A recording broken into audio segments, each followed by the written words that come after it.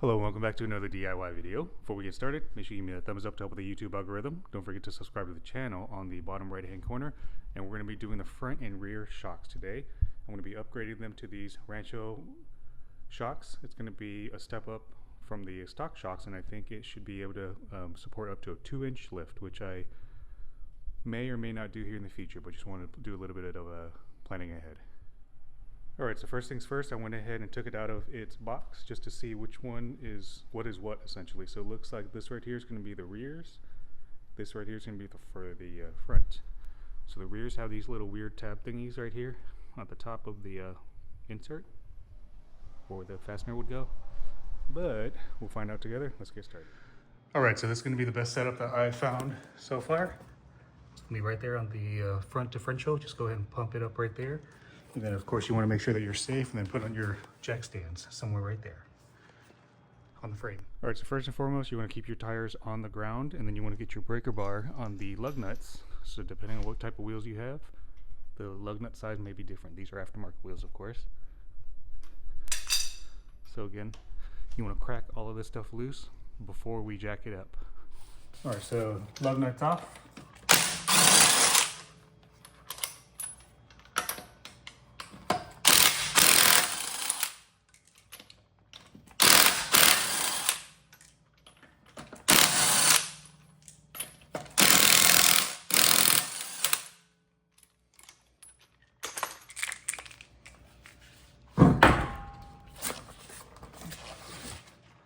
All right, next you want to go ahead and get some PB Blaster. Soak these right here so they can hopefully come off a lot easier.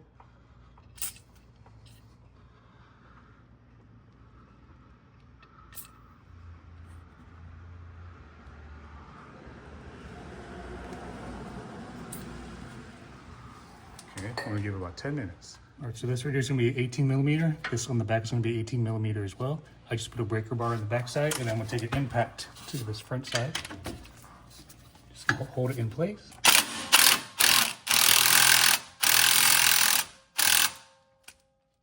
Awesome.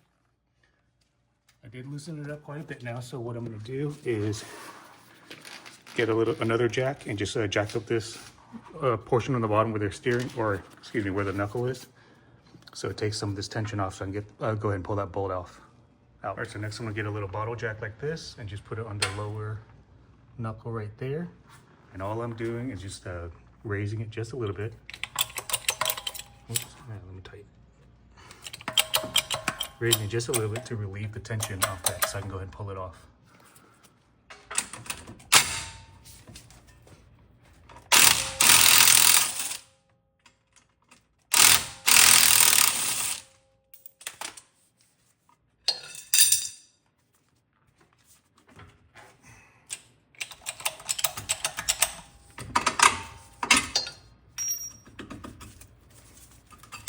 There you go.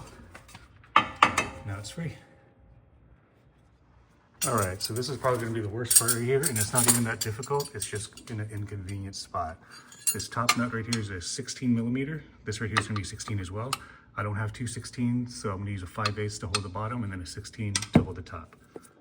So putting this in like that, just to hold that in place, and then this one here for the top. I'm going to do like a twist motion so we can go ahead and crack that loose. I already put PB Blaster on it. Whoops, I already put PB Blaster on it, just waiting for it to soak in just a little bit more.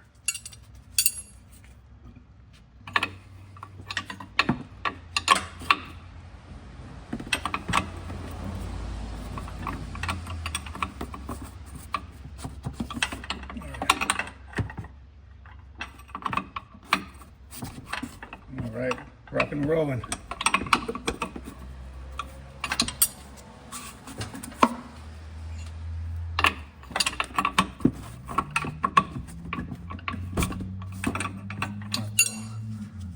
Bore you with that, but I got it loose. Go ahead and back it off. Go slow. All right, once you get loose enough, you can actually just use this closed-in part of your wrench right here. Just sit on the top and just hold this top part and just twist it.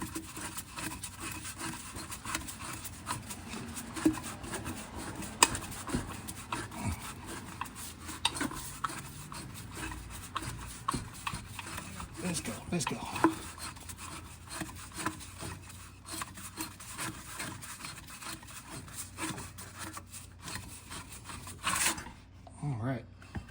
it's at the top. There it is. All right. Don't forget that, take that nut off right there at the top. And now over to this side, you're gonna go ahead and reinstall your new replacement part, whatever you wanna use. That is how you take off the fronts. All right, so now going to the rear, kind of same situation like what we did in the front. Jack stands, I have mine right there in the rear diff. I'm gonna line that up first, but always put jack stands. Wheel off.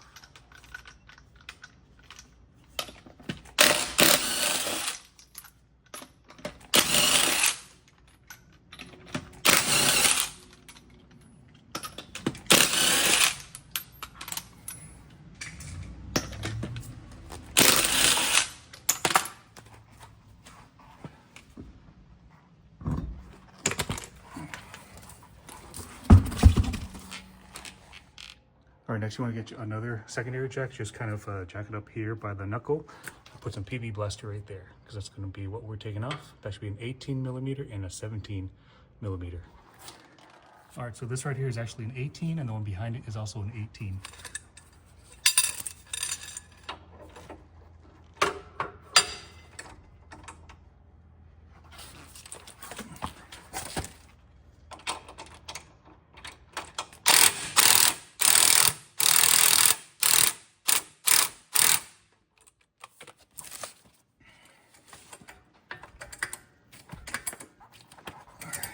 I'm jacking this up just to take some of the tension off.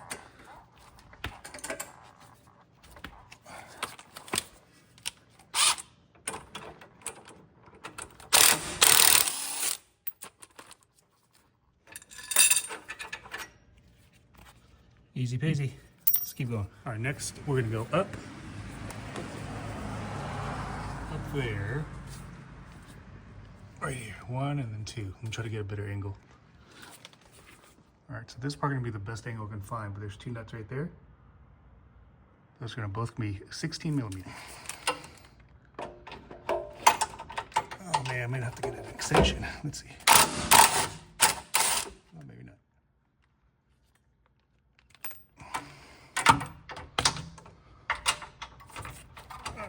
Yeah, I need to get an extension. Dang it. All right. Get an extension with a little swivel on it. It's like at a kind of at a weird angle, honestly. So let's see.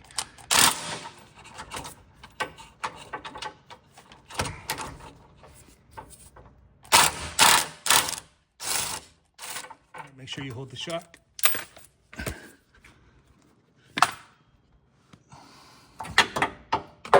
Bam. All right, so I went ahead and got that rear one off now as well. I'm gonna go prep my new shock over there, get it all installed, but pretty much I'm gonna go wrap up this video. It's pretty easy DIY.